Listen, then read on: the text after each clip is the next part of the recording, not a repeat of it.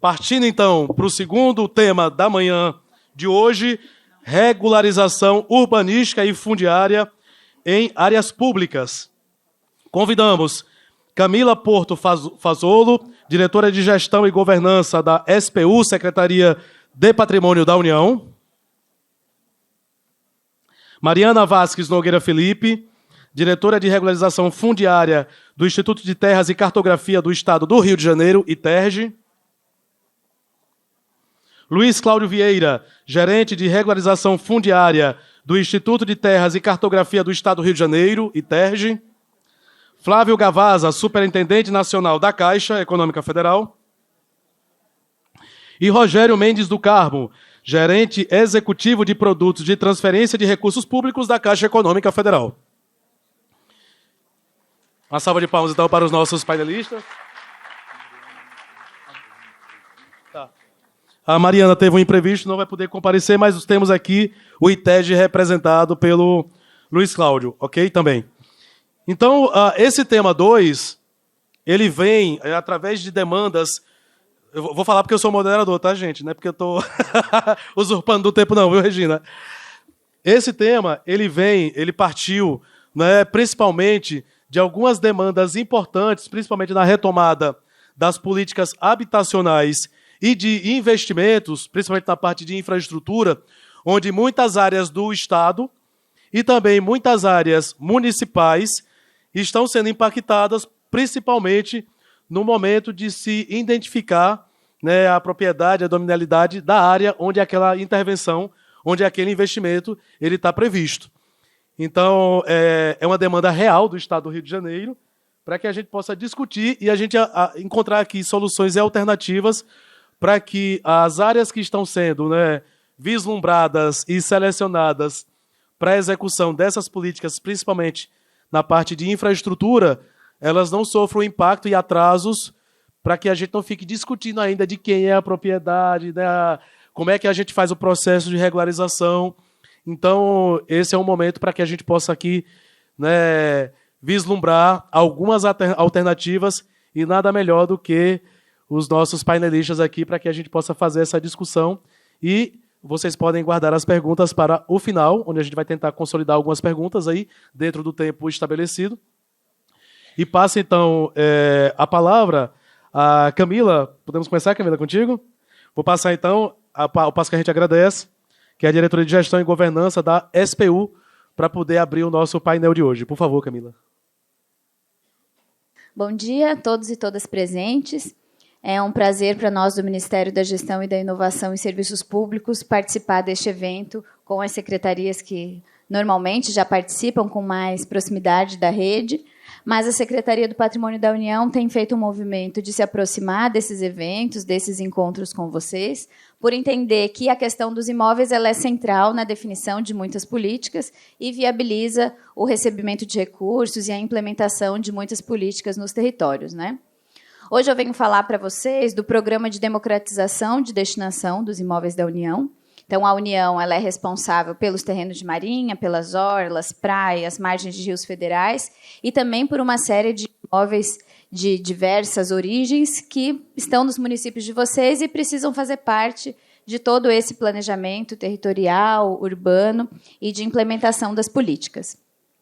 O programa de destinação que nós estamos formulando, ele está num momento muito oportuno de contar com a participação dos entes, estados, municípios e outras organizações, porque nós estamos definindo os imóveis da União que vão ser destinados no período.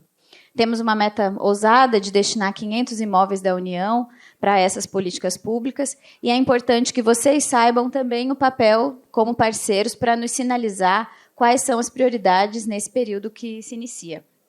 E esse movimento de escuta parte muito de vocês também estarem acompanhando a mudança de prioridade. Então, a gente vem de um momento em que a prioridade era alienar e vender esses imóveis para uma mudança muito clara de direcionamento no sentido de disponibilizar os imóveis da União para as políticas públicas no território. Então, nossa prioridade tem sido os imóveis para provisão habitacional, regularização fundiária e a destinação de outras políticas, seja para a construção de escola, creche, unidade básica de saúde, equipamentos de assistência social. e essa definição pode ser feita em conjunto entre o Estado, o município e a Secretaria do Patrimônio da União. Sabemos que temos só no estado do Rio de Janeiro, temos pelo menos 3.900 imóveis de uso especial. Então, muitos municípios de vocês têm imóveis importantes que são da União, que precisam passar por um processo de regularização. E a SPU dispõe desses instrumentos do ponto de vista patrimonial, mas também com os parceiros da área de habitação, como o Ministério das Cidades, como Minha Casa Minha Vida, Caixa Econômica, uma série de procedimentos passam pela disponibilização desses imóveis, né?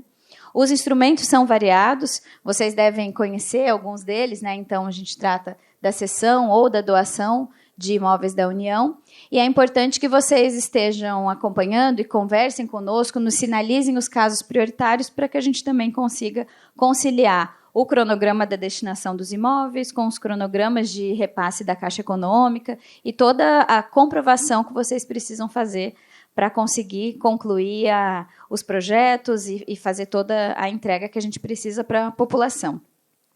Destacando, então, um pouco assim, as áreas, os tipos de imóveis da União que a gente vai atuar nesse programa, né? A gente trata de terrenos, de imóveis vazios, de prédios que estejam desocupados ou ocupados, também com famílias existentes.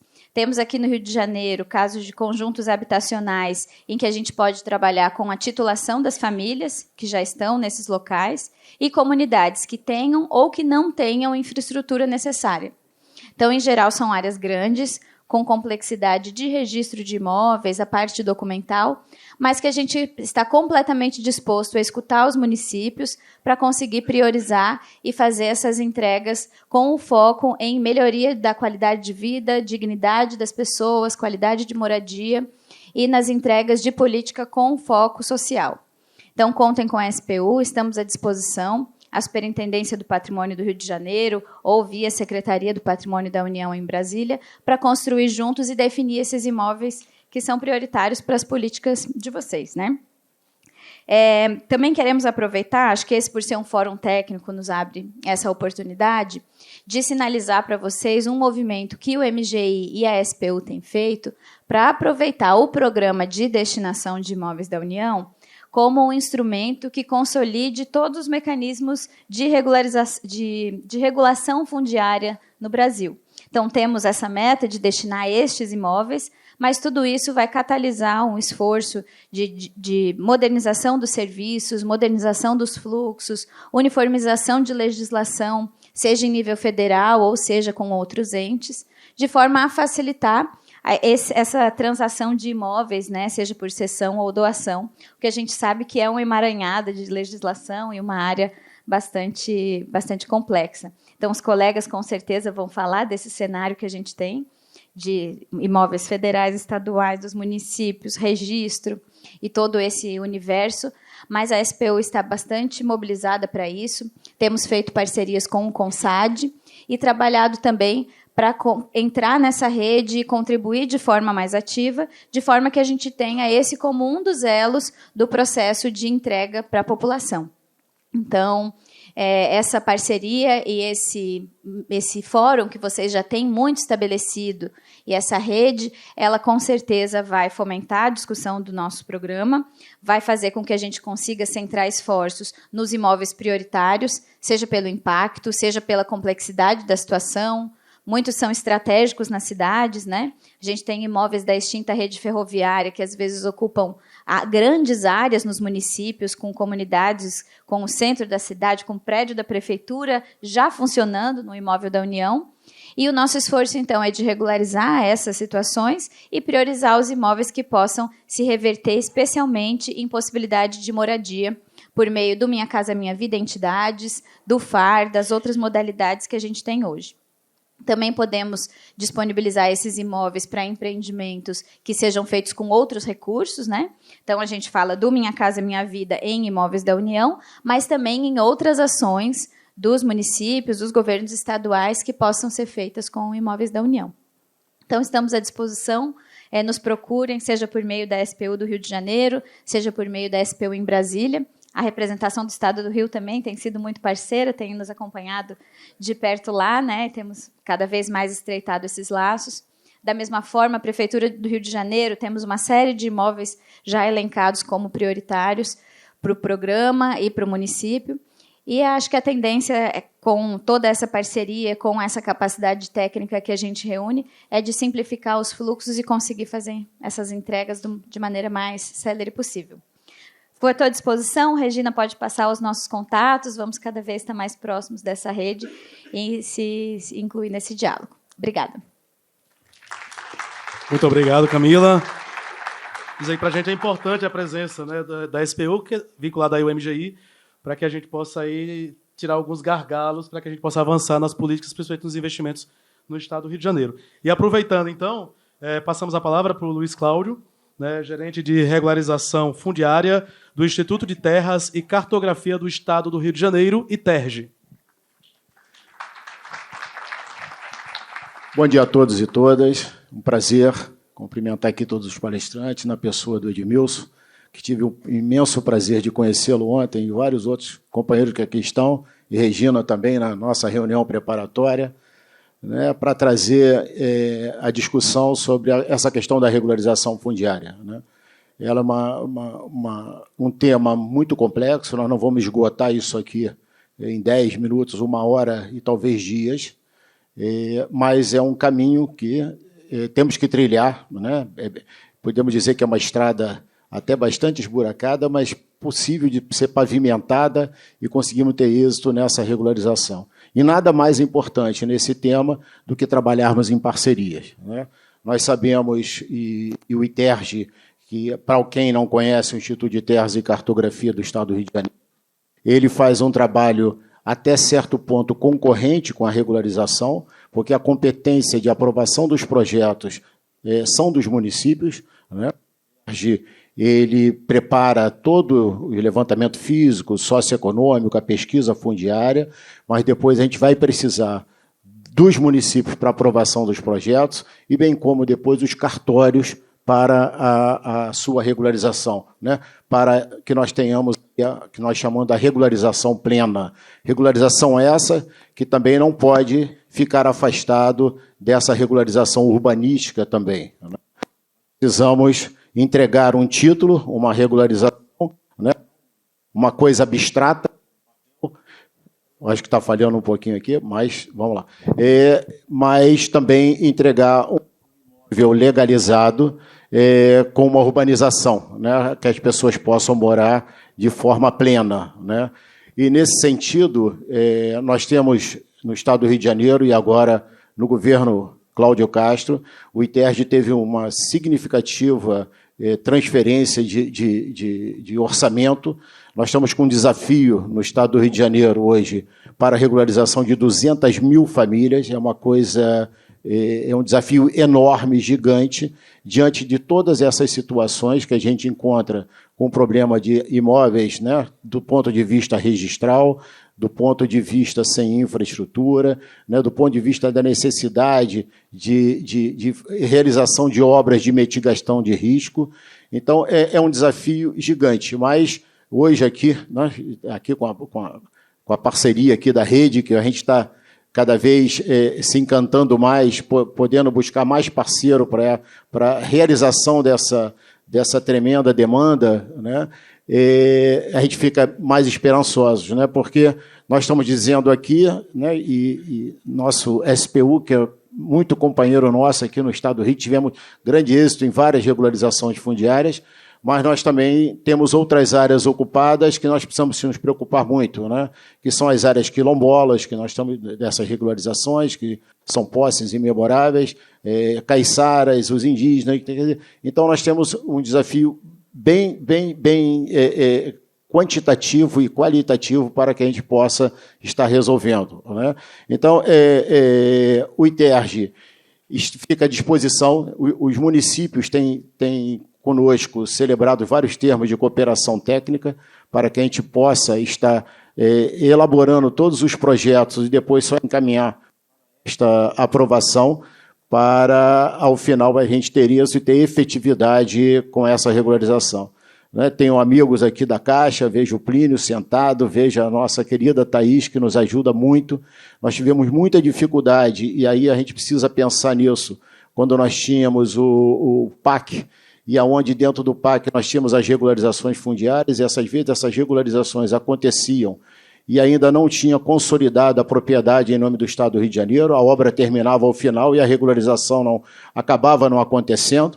E destinado até para regularização, era uma coisa muito preocupante, isso também a gente precisava ver, quer dizer, a verba destinada para regularização às vezes não chegava a 2% do contrato, mas como a regularização não chegava ao bom termo, às vezes a gente estava na obrigação, de repente, de uma tomada de conta, ter que devolver. Isso era uma coisa muito preocupante, que eu acho que, numa retomada desses projetos, a gente tinha que desvincular agora essa questão das obras com a questão da regularização fundiária. Muitos desses imóveis eram construídos de áreas que estavam com processo de desapropriação. Essas desapropriações elas levam para um prazo indefinido, que às vezes nós estamos em emissão na posse, mas não consolida ao final ainda, leva-se tempo para consolidar a propriedade em nome do Estado ou do município, e isso nós precisávamos também estar revendo para que a gente tenha mais êxito nessas empreitadas.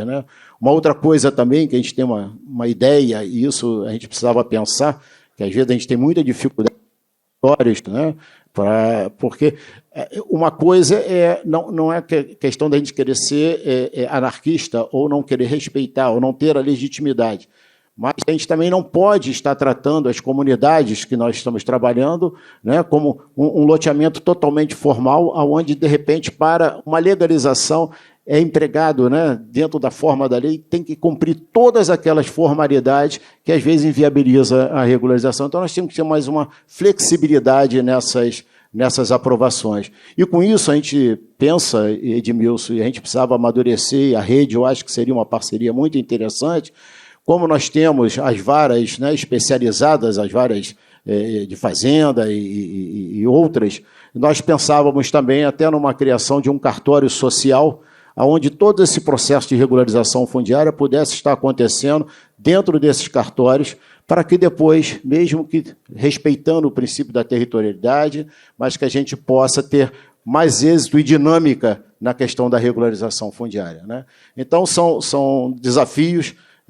O ITERJ está à disposição, os contatos estão aqui também. Eu não sei se, me desculpe se eu falei, mas dos termos de cooperação, hoje nós já temos com 45 municípios, estou vendo aqui um grande companheiro, lá de Casimiro de Abreu, que nós estamos com um trabalho de regularização, nós estamos em vários municípios, então ficamos à disposição. Temos essa parceria também e um trabalho com o Ministério Público e a Defensoria Pública, onde nós estamos tentando esses imóveis da União para sua requalificação e destinar para moradia.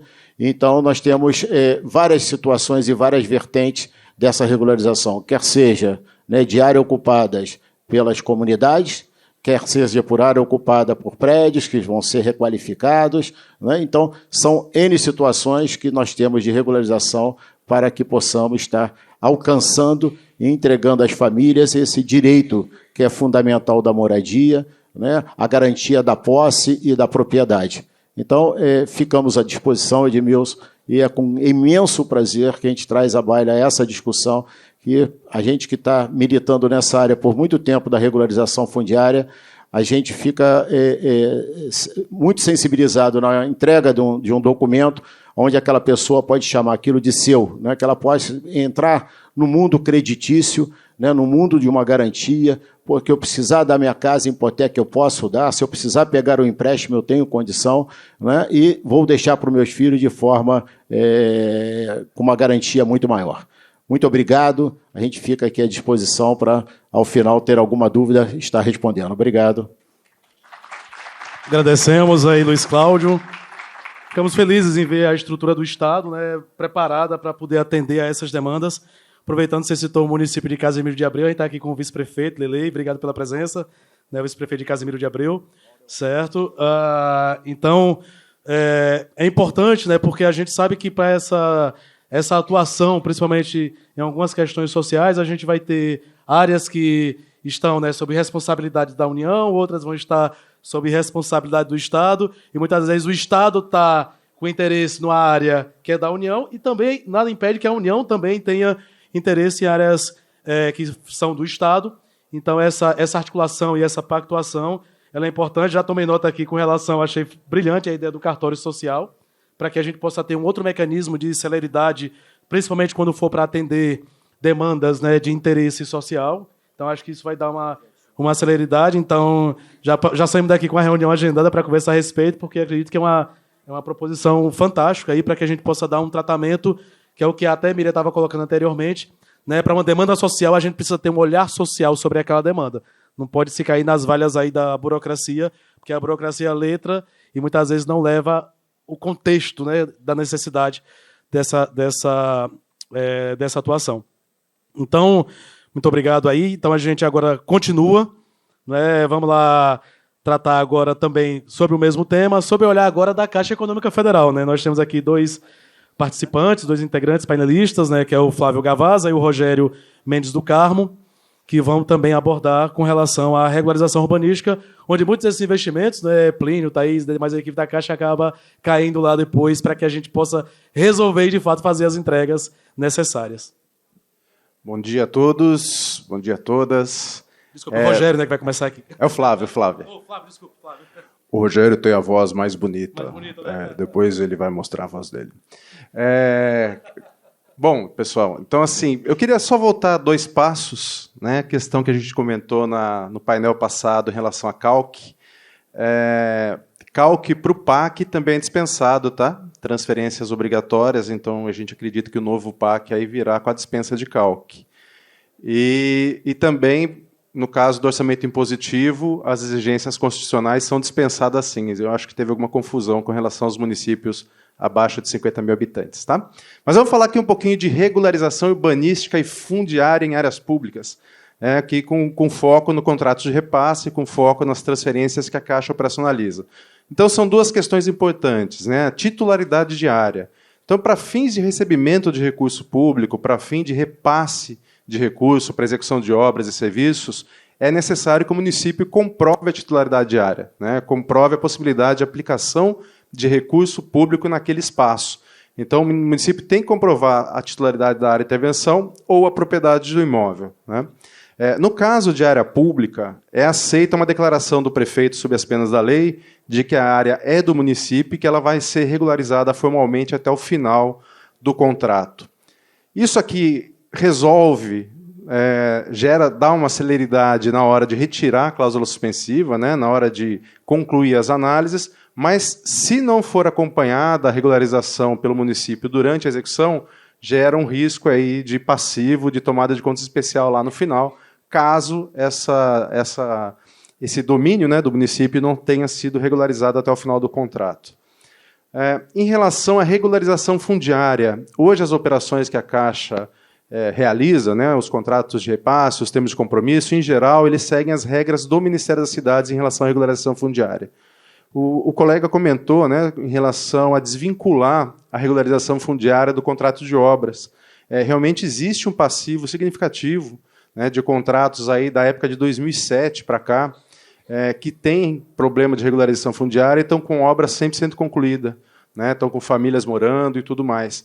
Então, de lá para cá, a Caixa já discutiu muito com o Ministério das Cidades para viabilizar o encerramento dos contratos, e muitos contratos foram encerrados. Hoje, a carteira total do PAC nossa ela é inferior a 20% daquilo que foi contratado, então, grande maioria dos contratos já foram encerrados. São 900 operações ativas ainda, né, então é um número relativamente pequeno. Com a portaria que o Ministério publicou, né, que a gente vai passar aqui na sequência. Estamos discutindo continuamente com o Ministério das Cidades, né, com a Secretaria Nacional de Habitação, a Secretaria Nacional de Territórios Periféricos, o secretário Guilherme, é uma secretaria nova, sobre alteração nas regras, né? Então, a Caixa levou a proposta de que o contrato de regularização fundiária seja um contrato apartado do contrato de execução de obras.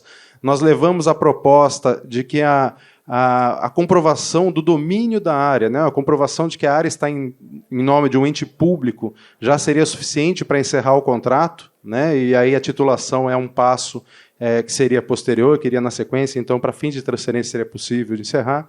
Então, entre outras discussões que nós temos levado ao Ministério. No caso da titularidade de área, idem, né? Então, a gente sempre discute com a Regina, com a equipe do MGI, com o CGU, sobre alternativas para dispensa de titularidade. né? Então, a gente sempre leva o exemplo. Tem ali um posto de saúde do município que há 30 anos a comunidade vai lá, se trata naquele posto. E eu vou lá e peço certidão, peço matrícula, peço documentação daquele posto de saúde. Absolutamente todo mundo sabe que o posto de saúde é do município. E, eventualmente, ele pode não ter nenhuma documentação. E acontece. Então, se eu vou reformar, se eu vou fazer uma pequena ampliação, por que eu exijo uma certidão que comprove que é do município? Então, às vezes, intervenções de pequenas, intervenções simples, construção de academia ao ar livre. Então, são algumas coisas em que a gente entende que é uma burocracia desnecessária e que o foco é o benefício e não trazer risco para a aplicação do recurso. Então, a gente sabe que o posto de saúde é da prefeitura, ninguém vai falar que aquele posto não é da prefeitura amanhã ou depois. Então, aqui, quais as situações que o Ministério das Cidades exige a regularização fundiária? Importante, a exigência é do Ministério, gente? A exigência não é da Caixa. Isso é muito importante. Quando o lote possui infraestrutura essencial ou que tenha sido beneficiado diretamente pela infraestrutura, água, esgoto sanitário, energia elétrica ou pavimentação. No novo PAC, nós temos uma reunião com o Ministério das Cidades na terça-feira agora, para discutir a questão de habitação e as regras. Eles já me adiantaram que, para a reforma e melhoria de unidade habitacional, vai ser dispensada a comprovação de titularidade. Assim como está hoje na portaria 424 para as intervenções não PAC. Então, as intervenções não PAC, que só se refere à melhoria habitacional, não precisam de comprovação de titularidade. No PAC será a mesma coisa. A portaria 2860 de 2019 foi construída em parceria com os colegas da Caixa, com o Ministério das Cidades, a SPU participou à época, o Patrick participou dessa discussão, com o objetivo de viabilizar o encerramento da carteira, e foi isso que aconteceu em grande quantidade. Então, abriu a possibilidade, por exemplo, de reduzir a 20% a titulação das famílias quando tem algum problema, a lei e a governabilidade do tomador que estava impedindo ou atrasando a regularização fundiária. Então, por exemplo, recusa do beneficiário em fornecer documentação, imóvel vazio, beneficiário não identificado, isso acontece muito. A gente sabe que entre o começo e o fim da obra, às vezes a família beneficiada muda muitas vezes. Então, aqueles que foram selecionados não necessariamente são as pessoas que acabam residindo no imóvel ao final. Bem, Darcio. Aqui eu tenho um exemplo da situação hoje de operações que estão na Caixa com problema de titularidade diária e das operações que estão com problema de regularização fundiária. Então, na Caixa como um todo, nós temos 183 operações hoje com problema de titularidade diária, 2,4 bilhões de repasse contratado. No estado do Rio de Janeiro, são 6 operações apenas, 22 milhões. Então, é um número relativamente pequeno. Em termos de regularização fundiária, são 324 operações no Brasil, 6,5 bi de repasse. Também é pouco. A carteira da Caixa é de cerca de 30 mil operações. Então, a gente está falando hoje em um universo de 1% da carteira com problema de regulação fundiária. Então, ele já não é um problema tão sério. No estado do Rio de Janeiro, são 16 operações de 416 milhões de reais. A ideia é simplificar o processo, é viabilizar a aplicação do recurso público, na área mais carente, que precisa disso, mas não é uma construção tão simples. A gente trabalha junto com os ministérios, trabalha junto com os órgãos de controle para viabilizar isso. E contem com a Caixa aí para ajudar vocês naquilo que for necessário. Tá bom? Eu vou passar a palavra para o Rogério, que vai complementar aqui. Agora vocês vão ver a voz dele como é bonita, hein? Parece voz de radialista, quer ver? É nada. Bom dia para todos e todas. Primeiramente, agradecer a organização do evento, na pessoa do Edmilson e da Regina. Como o Flávio falou aqui, a voz é um pouco grossa, mas é coisa de rouquidão mesmo. Tem alguma coisa aqui engasgada. O que eu vou colocar aqui um pouquinho é aquilo que a Caixa pode fazer para os senhores. Eu sei que muitos aqui vão escutar aquilo que nossos representantes estão batendo na porta de vocês, basicamente toda semana, todo mês, mostrando aquilo que a Caixa faz. Então, vocês podem contar com a nossa rede de representantes. Hoje, aqui no Rio de Janeiro, as nossas unidades, elas atendem todos os municípios, 92 municípios nós estamos presentes. E nós temos um produto... Não conseguiu? Dá. Nós temos um produto que é a Caixa Políticas Públicas. É um produto voltado para o assessoramento das prefeituras naquilo que elas necessitam. É um produto que veio por uma necessidade de ajudar nas políticas públicas do nosso país de forma customizada, porque cada município tem seu perfil. né? Tem sua forma de trabalhar, tem sua forma de se organizar.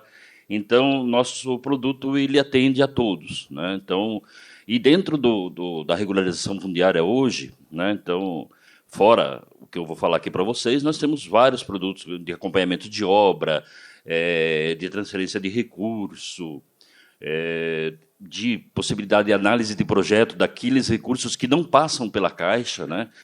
Temos todas as transferências federais de emendas parlamentares, o OGU, né? Então, o famoso OGU, que passa pela Caixa, e isso tem um lado. Aqueles que não passam, muitas vezes os municípios ficam um pouco perdidos de como fazer, de como executar, de executar de forma que os órgãos de controle consigam também entender, né?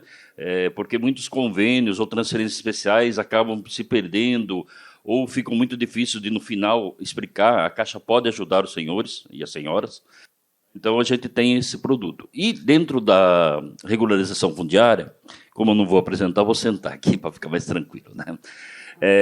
Dentro da regularização fundiária, nossas equipes técnicas estão desenvolvendo um produto para assessorar os municípios a contratar empresas, né? Ou seja, fazer o termo de referência adequado, pedindo tudo aquilo que é necessário para que possa caminhar com uma regularização dentro daquilo que não passou por recurso Caixa, né?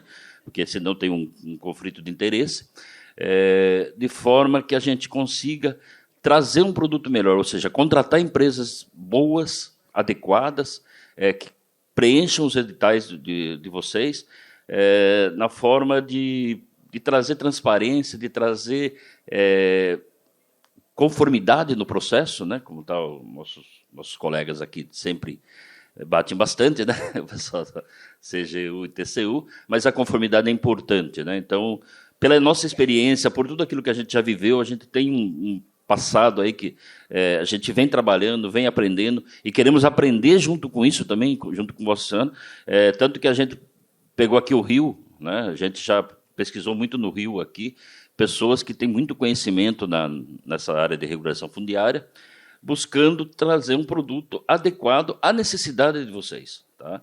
Então, o desenvolvimento que a gente está fazendo hoje nesse assunto, né? Então, procurem nossos profissionais, nossos representantes, estão direto aí com vocês, questionem-os daquilo que a Caixa pode ajudar, e não só na regulação fundiária, em várias áreas da prefeitura de vocês, né? Então, contem com a Caixa, contem com o nosso trabalho, né? O Flávio quer complementar aqui.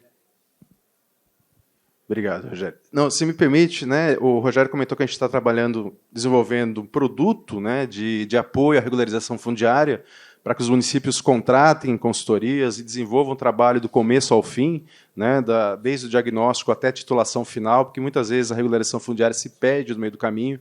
Então, a ideia é que a gente dê um material de qualidade e acompanhe esse serviço junto com vocês.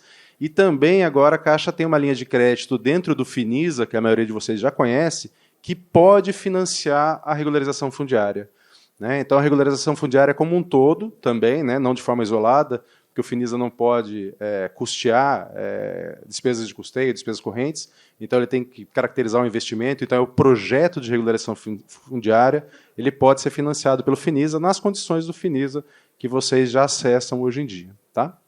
Eu acho que é isso. Obrigado, Rogério. Agradecemos, então, os nossos painelistas. Vamos abrir, então, espaço para 2 a 3 perguntas. Já tenho até uma aqui que já me encaminhou pelo WhatsApp, certo? Está relacionado com o ITERJ. Se o ITERJ ele pode fazer... Deixa eu pegar aqui.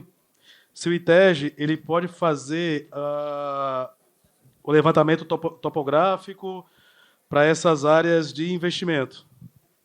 Luiz. Sim. Bom, não só o levantamento topográfico, né? Nós podemos fazer todas as ações e todas as ações inerentes a esse processo de regularização fundiária, né? Isso porque o ITERJ, ele é hoje, né, pela legislação, nós somos um legitimado. Como é o legitimado também a Defensoria Pública, como o Ministério Público, para pedir essa regularização. Mas o ITERJ, né, nesse momento, para todos os municípios que têm interesse nessa regularização fundiária, e aí, voltando um pouco, a gente está falando muito de regularização fundiária, né, de área pública, mas nós temos talvez dentro de área pública no município não vai chegar a 20%, mas de áreas particulares e de propriedades indefinidas, nós temos uma gama de ocupações que precisam ser regularizadas, né?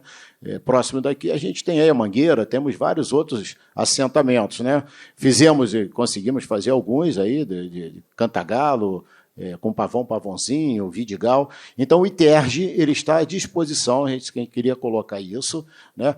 A gente tem feito esse pedido de celebração de um termo de cooperação técnica para que a gente também não faça todo esse levantamento topográfico, pesquisa fundiária, cadastro socioeconômico, a intervenção urbanística no município, e depois isso não chega a um bom termo. Então, nós estamos, para evitar, né, que a gente sangre aí o erário ou que a gente tenha um gasto desnecessário, fechamos o termo de cooperação. Mas o ITERJ ele realiza todo esse levantamento físico, né? Inclusive, depois, aí, depende do município, né? A gente espera que, às vezes, o município também seja companheiro e numa cobrança de um IPTU depois dessa regularização, que seja dentro de uma situação social também, né? Para que essas famílias não acabem tendo que, de repente, depois perder esse imóvel, né?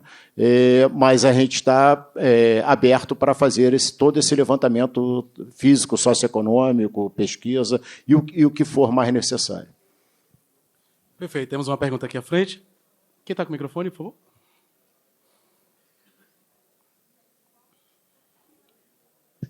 Bom dia, Regina Tosta.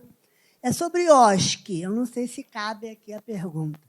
Por exemplo, se eu estiver vendo um terreno e for do governo e eu quero ali construir a minha instituição beneficente, tem lugar que eu possa requerer? Como é que acontece esse tipo de coisa?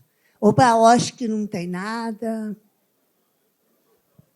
Lugar, por exemplo, também invadido. Né? Se for para o Estado, digamos que o terreno é do Estado, e aí uma organização da sociedade civil, uma instituição, ela está lá na comunidade e ela sabe que aquele terreno é do Estado ou da União, né? No caso aqui. Então, tem algum procedimento, ela pode requerer, ela pode abrir um processo solicitando, né, a cessão daquele terreno, a doação, enfim. Como é que ela procede para poder regularizar? Não é isso, Tocha? Obrigado. Vamos lá, Estado e União. Bom, se essa área for do Estado, né, nós temos hoje o nosso órgão é o Departamento de Patrimônio.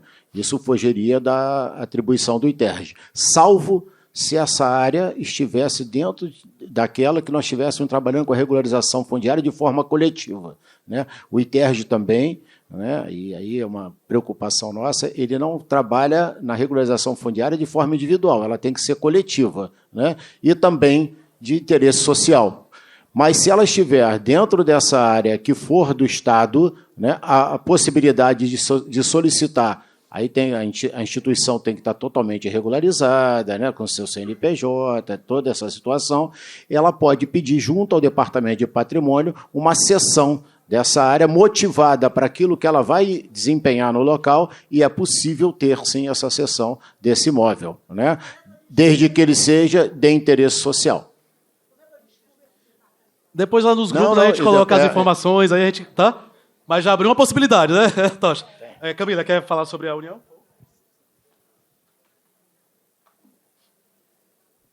No caso da União, o cadastro das entidades ou dos municípios pode ser feito num sistema que se chama SIS-REI, que é um sistema que reúne os requerimentos por imóveis da União. Vocês vão fazer o cadastro da entidade ou do município. No caso do município, em geral, o cadastro já existe, tem um representante habilitado para criar o cadastro dos demais.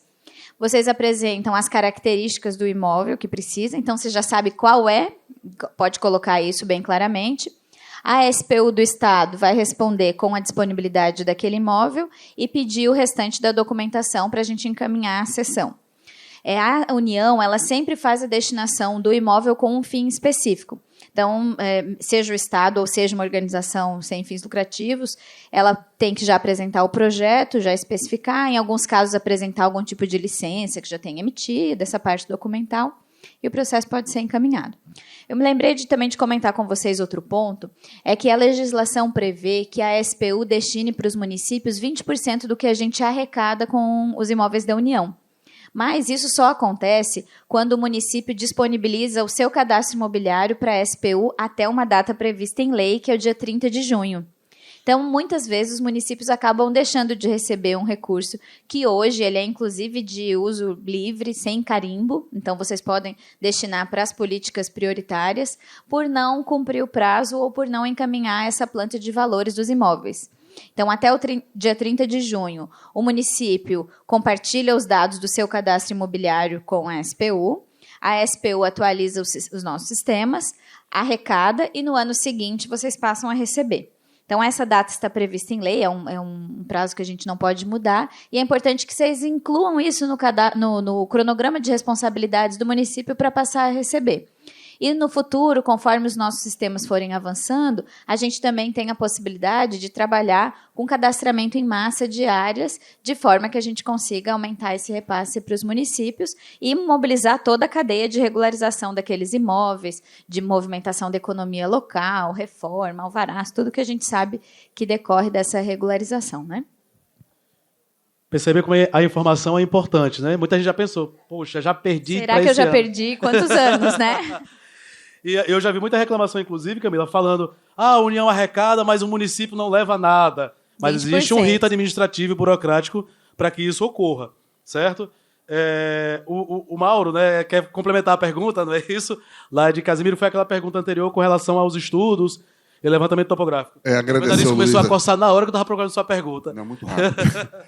Agradecer ao Luiz, porque realmente lá a gente agora acabou de celebrar um aditivo ao nosso termo de cooperação, como exemplo, como o Luiz falou, vamos passar de 150 imóveis contemplados para mais de 3 mil imóveis que o ITES vai atuar com a gente. Então é um acréscimo bastante significativo. Mas a pergunta, Luiz, era relativa à regularização do tema aqui, dos imóveis públicos. O ITES pode também atuar para auxiliar a regularização dos imóveis públicos dentro daquele mesmo padrão? Muito obrigado. Sim. Né? Bom, algumas lá no município, inclusive, é de propriedade do município, né? E aquelas do Estado, isso é uma obrigação, é um dever. O ITERJ, inclusive, tem essa finalidade, essa atribuição. Né? Das áreas da União, né, que muitas são transferidas, né, por contrato de cessão mediante concessão de uso, também nós fazemos essa regularização. Então, a área pública ela tem essa vantagem, né, porque é nossa, né? Agora, quando a gente está trabalhando com área de particular, que às vezes se torna mais complexa, porque você pode ter uma impugnação de todo esse trabalho, né? E aí só resta judicializar e sair da forma administrativa, infelizmente, mas é possível. A importância desse tema é tão relevante que muitos empreendimentos que foram habilitados agora para o Minha Casa Minha Vida, né, equipe Caixa, aí a gente começou a descobrir vários problemas de cadastro, não é, de título, o município tendo interesse em construir em área do Estado ou da União, mas que não tinha um processo administrativo, né, ou cartorial para poder regularizar. E como trabalhou pelo princípio da demanda, quem foi descredenciado no primeiro momento já nem conseguiu lançar novamente, porque automaticamente o recurso já foi destinado, né, para outros municípios ou para outros estados. Só a título também de colaboração, a importância de estar com as coisas prontas, a Bahia conseguiu o dobro da habilitação, porque abriu o cadastro num dia, acho que meia hora eles conseguiram o dobro do que já tinham direito. Então, assim, a importância de você conhecer a regra e deixar a documentação pronta para, na hora que abrir o sistema, se for trabalhar pelo princípio da demanda, é assim, quem chega primeiro come, quem chega depois fica com fome. Né? Então, se vocês não ficarem atentos, perdem por questões de prazos. Muitas vezes tem até a documentação toda regular, mas não conhece o procedimento ou não ficou pronto ali para poder encaminhar dentro da parte aí processual. Mais uma pergunta aqui para a gente encerrar, lá de Itatiaia, né, Érica? Já vi que é você, né? Porque a dúvida de Nara é o seguinte: como proceder para utilizar uma área localizada às margens do rio Paraíba do Sul para implantar uma estação de tratamento de esgoto no município de Itatiaia? Falou margem de rio, então a gente já fica... Será que é a União? Será que é a área de Marinha? É isso que eu ia perguntar. Tem certeza se o rio é federal? Alguém sabe? Então, se um rio ele passa por mais de um estado, ele é um rio federal, partindo do pressuposto que seja, né? A gente tem, então, um processo de de solicitação de cessão desse imóvel. Pode ser feito ou pelo município, obrigada, ou pela companhia de tratamento de esgoto, apresentando o projeto e a delimitação exata da área. Então, se a gente for pensar em acelerar, e eu tentar passar para vocês como seria para o processo ser mais célere, porque normalmente a gente recebe, bem como assim, um ofício do prefeito, preciso da área na margem do rio e tal. A SPU precisa de uma planta com todos os pontos georreferenciados, o projeto detalhado, que a partir disso a gente vai confirmar se esse imóvel já está nos registros da União, ou então incorporar ele ao patrimônio da União e fazer a destinação. É importante que todos os atores locais já tenham algum consenso sobre o uso da área. Então, que já tenha sido feito um diálogo da prefeitura com o governo do estado, às vezes tem outros órgãos federais ali perto, tem um instituto federal, tem uma universidade. Então, se todos os parceiros já conversarem e o projeto for apresentado para a SPU já com essa discussão feita, a gente acelera bastante o processo. Mesma coisa, o município ou a companhia de tratamento de esgoto fazem um cadastro no CISREI, delimitando o imóvel, a gente responde e, em seguida, solicita todo o projeto. Se for o caso, se já tiver para apresentar, já pode incluir tudo lá também. Tá bom? E nos sinalizem essas urgências, né? As obras do PAC estão entre as nossas prioridades. Da mesma maneira, às vezes a gente tem empreendimentos econômicos já instalados em área da União. Então, temos os terrenos de marinha, toda a questão de orla, cessão de espaço aquático, regularização de terminais portuários. Todas essas são matérias da SPU, e se eu regularizo um terminal portuário, por exemplo, o município também vai receber um percentual dessa receita. E a prefeitura pode ser o ator que vai combinar todos esses atores, delimitar até aqui é dessa instituição, daqui em diante a outra, vou fazer uma calçada nessa orla, a academia pública que foi citada, que é muito comum na SPU, a regularização dos trapiches. Se tudo isso for apresentado em conjunto, a gente consegue atender também um número maior de municípios. A última aqui, eu prometo, né? Japeri, Andréa, tem mais algum? Vai complementar? Japeri, áreas não loteadas ou sem matrícula nos municípios, como proceder? Para verificar se um imóvel ele é ou não da União, claro, o município pode procurar a SPU, né, que normalmente é o que ocorre, mas tem também um procedimento formal de fazer a consulta de dominialidade. De qualquer maneira, é preciso apresentar a planta da região, mas é possível também acessar alguns portais públicos que vocês possam já ter alguma ideia se esse imóvel está localizado em alguma área já demarcada. Temos hoje um portal imóveisfederais.gov.br, que já tem lá um mapa, né? Vocês podem ir com zoom, chegar até o município e identificar algo que já esteja cadastrado, mas ainda há muitos imóveis que são da União e não estão nos registros da SPU, então que ainda não foram incorporados ao patrimônio da União. Então, nesse sentido mesmo que não esteja lá, a gente recomenda que procure a SPU para conversar. Muitas vezes, só nessa conversa, a gente já consegue esclarecer. Ou então que protocolem um pedido de consulta de dominialidade no portal da SPU, que é patrimoniodetodos.gov.br. A consulta de dominialidade pode ser apresentada por qualquer cidadão, mas, claro, a prefeitura também pode protocolar, de preferência já com a planta, com a área, tudo direitinho. Porque, às vezes, a gente fala de áreas com grandes extensões e que vai ter lá um pedacinho que é a área da União, né? Então, essa verificação é importante que seja feita o quanto antes, até para acelerar esse processo. Outra questão que é muito importante, pode facilitar muito a vida do município, é discutir com a SPU a adesão à gestão de praias. Então, os municípios que já têm um projeto Orla consolidado, já organizaram seus comitês gestores, toda essa regulação do litoral, eles podem fazer um termo de adesão à gestão de praias e, com isso, passam a ter mais autonomia para algumas intervenções na orla do município. É importante lembrar que essa adesão ela é muito permeada pelas questões judiciais, e a questão judicial, em geral, tem fundo ambiental. Então, são assuntos que estão interligados, né? Mas se o município consegue vencer esse ponto, fazer uma discussão com o Ministério Público, zerar essas ações e concluir a adesão à gestão de praias, vocês podem passar a conceder diretamente a permissão de uso para eventos de menor duração, a que não sejam intervenções permanentes, né? E podem começar a conceder a autorização de obras diretamente pela Prefeitura, sem precisar passar cada processo pela União. Os municípios que não têm adesão à gestão de praias precisam consultar a União para ter autorização de obras nessas áreas, mesmo que sejam áreas de uso, áreas comuns, né?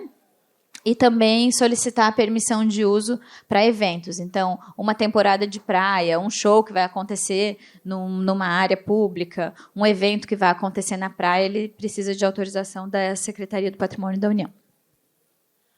Maravilha, então. Encerramos o nosso painel, né, a nossa programação da manhã de hoje. Convidamos todos para o almoço, mas sem antes, né, uma salva de palmas aqui aos nossos painelistas. Camila Fazolo, Luiz Cláudio Vieira, Flávio Gavazza e Rogério Mendes do Carmo.